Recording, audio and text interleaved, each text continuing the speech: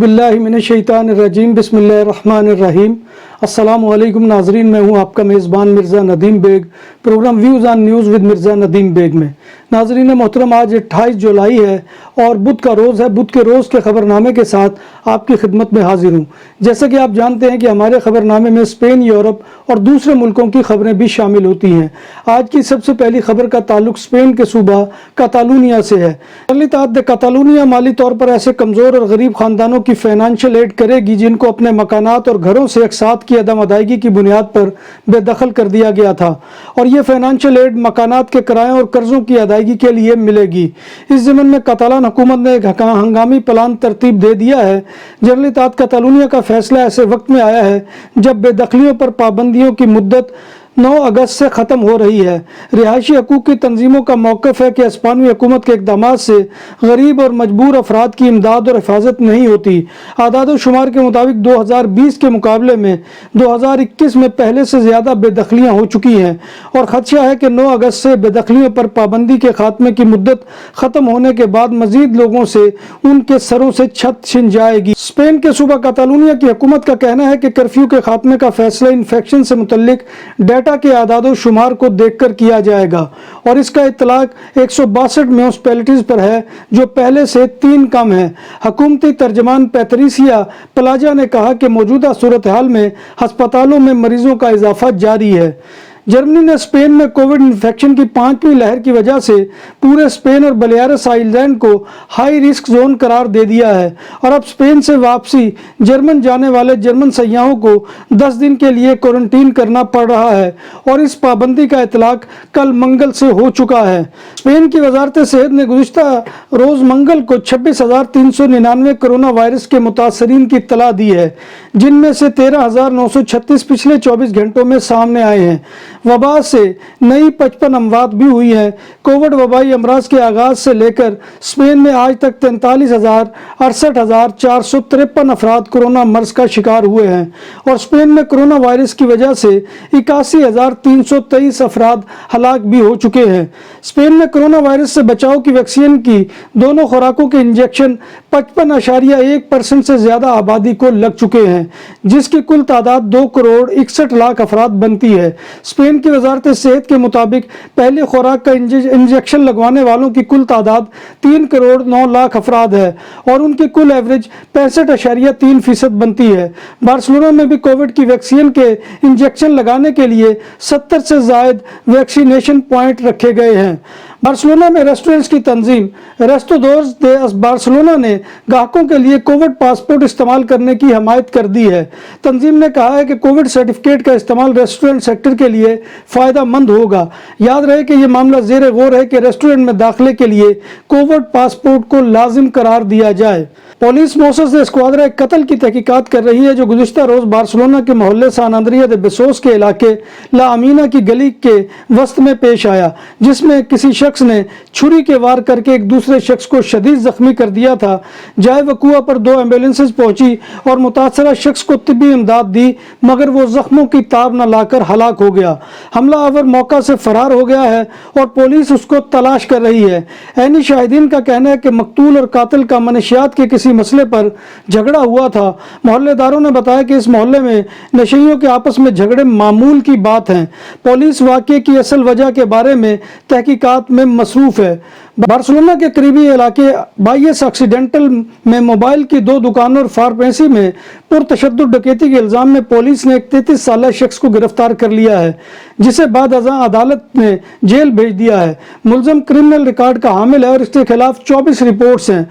मुलज़िम के ऊपर गाड़ियां चोरी करने का इल्ज़ाम भी है। मुलज़िम वारदातों के दौरान दुकानदारों और मुलाजमों को उस तरह से डराता था और हेलमेट पहनकर रखता था। बार्सिलोना में हर रोज़ औसतन 35 साइकिलिस्टों को जुर्माना आयद होता है।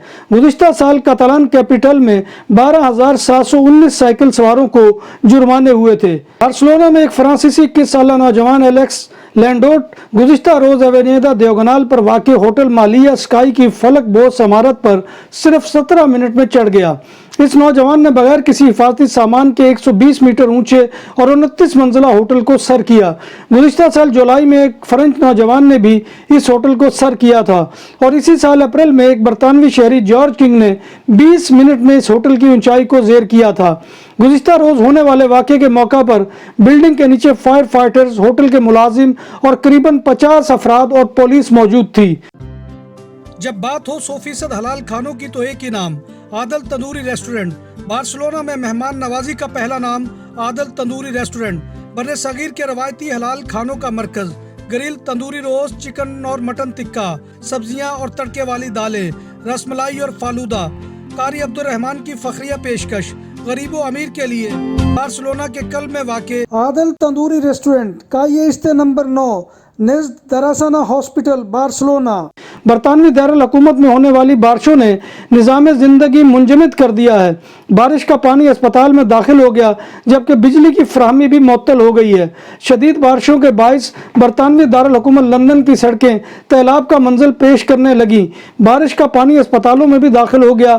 مشرقی لندن کے وپس کراس ہسپتال میں پانی داخل ہونے کے باعث 100 سے زائد مریضوں کو ہسپتال سے منتقل کر دیا گیا جبکہ ارجنٹ کیئر کے مریضوں کو متبادل ہسپتالوں میں جانے کی ہدایت کی گئی ہے۔ بھارت میں اس سال بہار کے موسم میں زبردست جانی نقصان کی وجہ بننے والی کرونا وائرس کی لہر کا زور کم ہو چکا ہے، لیکن اب لاکھوں لوگ میڈیکل بلوں کے بوجھ تلے دبے قرض ادا کرنے کی کوشش کر رہے ہیں جو انہوں نے بیماری کے علاج کے لیے لیا تھا۔